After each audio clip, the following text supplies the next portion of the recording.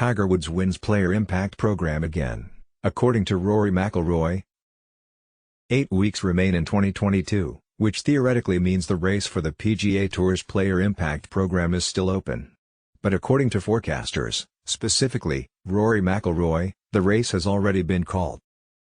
Speaking to Doug Ferguson of the Associated Press, McIlroy relayed that Woods has repeated as PIP champ. "Hey, I gave him a pretty good run," McIlroy told the AP. The PIP bonus pool was instituted in 2021 to reward players who boosted engagement and publicity for the tour. Ostensibly a response to some of the lucrative deals rumored to be coming from the then Premier Golf League, the inaugural program somewhat backfired. 5 of the 10 winners in 2021, Phil Mickelson, Bryson DeChambeau, Dustin Johnson, Brooks Koepka and Bubba Watson, ultimately left the tour for LIV Golf. However, improvements to the PIP were announced at this year's Tour Championship to broaden its scope. After spreading out $40 million to those on last year's list, the 2022 PIP pool has increased to $100 million in payouts. The list has also doubled from 10 players to 20.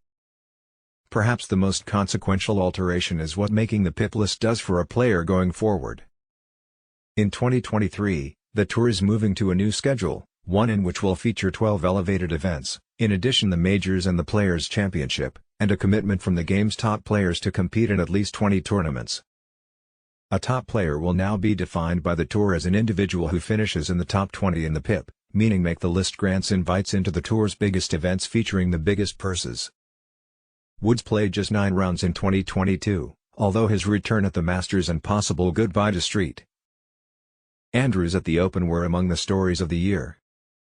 Woods was also instrumental in leading a group of players that enacted sweeping reforms to the tour in response to the ongoing threat from LIV Golf.